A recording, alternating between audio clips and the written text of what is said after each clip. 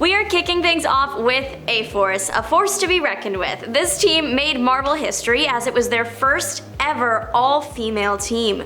Marvel premiered this epic team-up in 2015's Secret Wars crossover storyline, so 2015 was the first all-female team. Marvel was founded in 1939. Marvel finally took a page out of the Incredibles' Elastigal's book, Leave the Saving of the World to the Men. I don't think so. The A-Force team members are as follows: Captain Marvel, Dazzler, Medusa, She-Hulk, Singularity, and Nico Monroe. This lineup is so incredible, I can't get over it. The team was formed piece by piece, but the majority of their battles were against antimatter. When Singularity appeared on Earth 616, so did antimatter, and this Singularity opposite is out to destroy her. Obviously, the girls don't let that happen, and he is dispersed into tiny particles. The team couldn't stay together forever, though they had a good run. The end of the wiki for this team cites some reasons as to why the team members left, and it goes from 0 to 100 so quick. It reads, the team remained together for some time, but eventually disbanded, with Jennifer dropping superhero activities and Medusa going to space. See what I mean? It's like, oh, Jennifer just wanted a break, cool, don't blame her. Then they hit you with Medusa left because she was going to space. Good for you, Queen, I guess.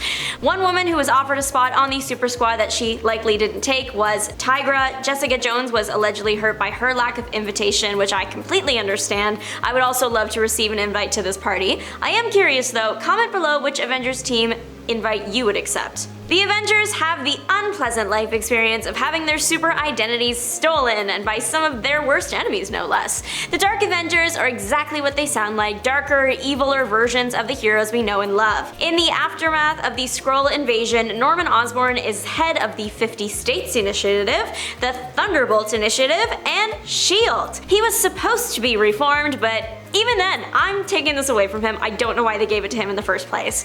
During his time in these roles, he created the Dark Avengers. Some of the Dark Avengers were villains that took on the title of a major hero, so Venom pretended to be Spider-Man, Bullseye took on Hawkeye, you get it. This was done so the villains could gain more hero legitimacy in the public eye. People trusted the names, and plus it helped hide their criminal past, so it's a win-win situation for them.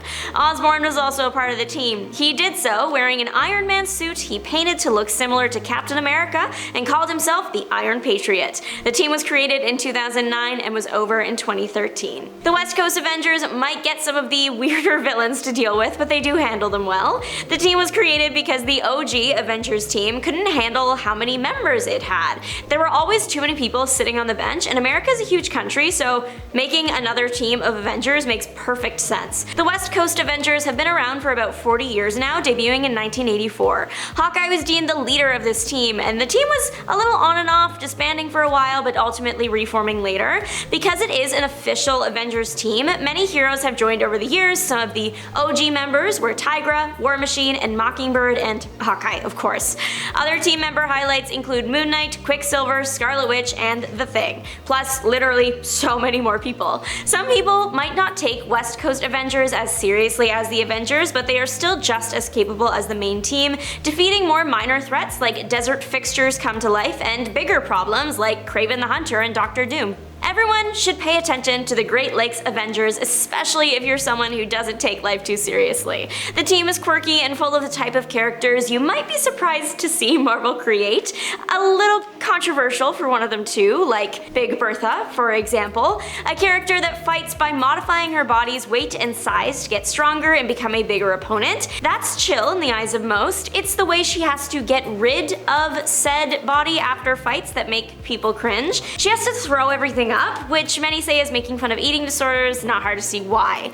The other team's characters of past and present are slightly less controversial though. Mr. Immortal, you can guess what he has going for him. He's the leader typically. Then there's Doorman, he's a teleporter. Flatman, again, self-explanatory, he's flat. Dinosaur was once on the team. She's a pink dinosaur person, iconic.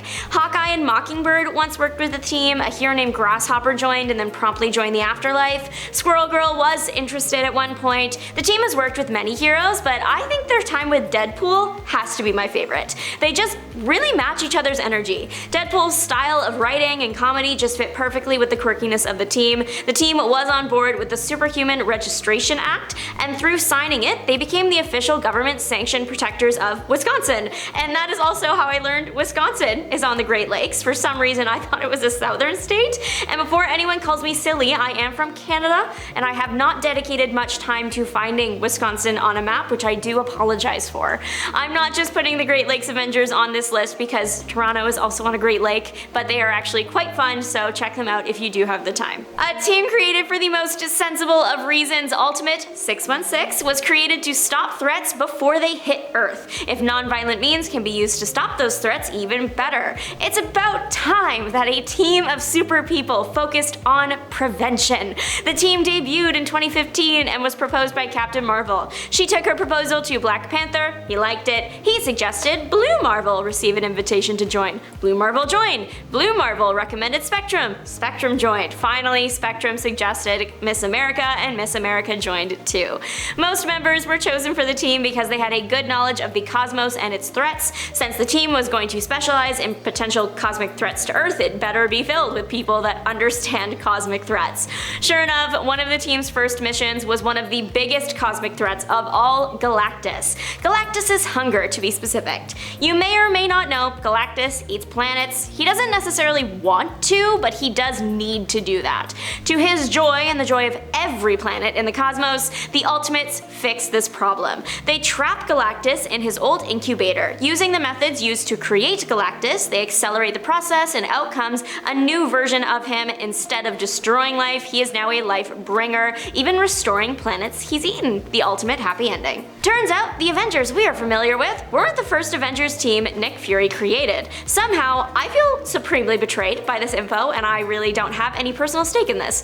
The 1950s Avengers team was created by Nick Fury at the order of President Eisenhower. The team was made up of Sabretooth, Kraven the Hunter, Dominic Fortune, Namora, Bloodstone, and Silver Sable. Others who have worked alongside or on the team are Blonde Phantom and Dum Dum Dugan. This Avengers team was super interesting to me because Nick, what are you doing? Quite a few of the people in this team are certified menaces to society, or at least have been to some of the most popular heroes in Marvel history. I guess they were right for the missions they went on, defeating Red Skull and his Yahtzee with an N Captain America. Their efforts were pretty much focused on just like defeating various bad guys that belonged to that group of people. Because the group did so much good defeating all those bad guys, when Nick disbanded the Avengers 1950, he pardoned all the past crimes of the team members. Controversial choice, but okay. The team operated in the 1950s but debuted in 2011. What happens when you mix the Avengers with the X-Men? You get the Avengers Unity Division. This Avengers team was created after the Avengers X-Men War. Captain America realized the divide between mutants and the Avengers was too wide, so he decided to create a team containing both groups to bridge that gap. There were quite a few heroes that joined the squad. The three leaders it had at one point or another were Captain America, Havoc, and Rogue. Other notable members include Beast, Human Torch, Scarlet Witch, Wolverine, Spider-Man, Vision, Wasp, and a whole lot more. The team's first problems came from Red Skull. Unsurprisingly, all Red Skull seems to do is bother people and be on the wrong side of history. Red Skull mainly caused issues this time by mind controlling and brainwashing powered people like Avalanche and Thor. The team has fought many battles and is still active. One of the more recent fights happened after the attack on the third Hellfire Gala. Steve and the surviving mutants came together to prevent the world from being destroyed by evil Hydra Steve and giving the X-Men a chance to get the upper hand on Orcus. Everyone should start directing their attention to the Young Avengers, or if you're already there, stay there, because the Young Avengers might be joining the MCU sooner than we think, and we should be prepared. The reason I say this is because the new Marvel series, Agatha All Along, has confirmed that Wiccan will be in it, played by Joe Locke. Wiccan is part of the Young Avengers. Some other Young Avengers members have already made their on-screen debut, including Kate Bishop in the Hawkeye show, and Miss America in Doctor Strange Multiverse of Madness, and Wiccan's brother Tommy in WandaVision, of course, alongside Wiccan. The Young Avengers in the comics were formed by Iron Lad. He did this using the Avengers Failsafe program. It's designed to recruit the next generation of heroes. The team might be young, but they are powerful and charming and have taken on some major threats with success. It will be interesting to see how they make the jump onto the screen now. The movie has been confirmed, but filming is rumored to have not started just yet. The Avengers usually stand up for society, but they once tried to destroy it. But it isn't their fault, I guess. They did get their personalities magically flipped. The flipping didn't just affect them though. Some of the biggest villains in Marvel history suddenly became a team of good guys. I'm talking about the Astonishing Avengers. Created in 2014, the Astonishing Avengers might look deceiving, but I promise they fight for good. To get into why the team was created, Red Onslaught mind-controlled Iron Man into creating Sentinels to fight heroes that were designed with heroes' weaknesses in mind. Magneto created a team of villains to fight against Red Onslaught because he was just a common enemy and coming after the villains as well. Some of the villains recruited included Carnage, Doctor Doom, Hobgoblin, Sabretooth, and Enchantress, and more. During the epic battle between the heroes, villains, and Sentinels, Red Onslaught was defeated when Scarlet Witch and Doctor Doom casted a spell that inverted his personality. It defeated him, that's great, but the problem, the spell got a little out of control, just a little, and flipped everyone's personality, everyone on the battlefield that is. So now Magneto and co are the good guys and the heroes that we love are the bad guys. This is when Magneto and co become the Astonishing Avengers. Steve Rogers wasn't at the fight, so he was unaffected, thank God. A Cap that's as evil as he is righteous and good would collapse the world in a second, I fear, but Cap was able to Avengers assemble the team of now good villains to fight the evil heroes and help return them to normal. The good villains were so good, they even recorded a video that would clear the names and excuse the actions of the flipped heroes, saying they manipulated them against their will. That is so kind. Another spell is cast in the middle of the second big fight and everyone is sent back to normal. And finally, everyone should know, the Avengers. The most popular version has Iron Man, Thor, Captain America, Black Widow, Hawkeye, and the Hulk. This version of the team was made popular by the MCU and all its marketing and the wonderful acting performances. But what might come as a surprise to anyone who is more into the movies than into the comics is that the OG Avengers lineup was a bit different from the films. The original Avengers were Iron Man, the Hulk, Thor, Ant-Man, and the Wasp. So while Ant-Man and the Wasp didn't come into the movies until way after the first Avengers film, they were founding members back in the day. But it wasn't Scott Lang and Hope Pym's version, it was the first people that took on the role, Hank Pym and Janet Van Dyne. Captain America did join for the fourth Avengers issue of the comics, but he wasn't there for the birth of the team the way that he was in the movies.